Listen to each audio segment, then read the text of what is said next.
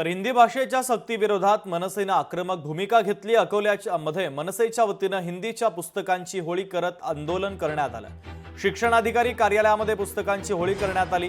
राज्यातील शाळांमध्ये हिंदी शिकवणं बंधनकारक करण्याच्या निर्णयाला मनसेनं असा विरोध दर्शवलेला आहे।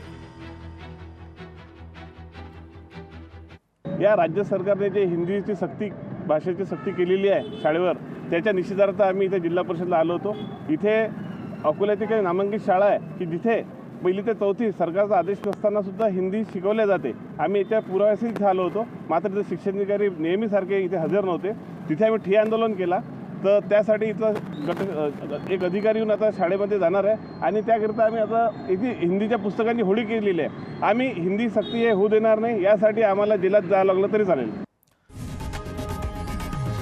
लोकशाही मराठी ऐका, पहा, जागरूक रहा।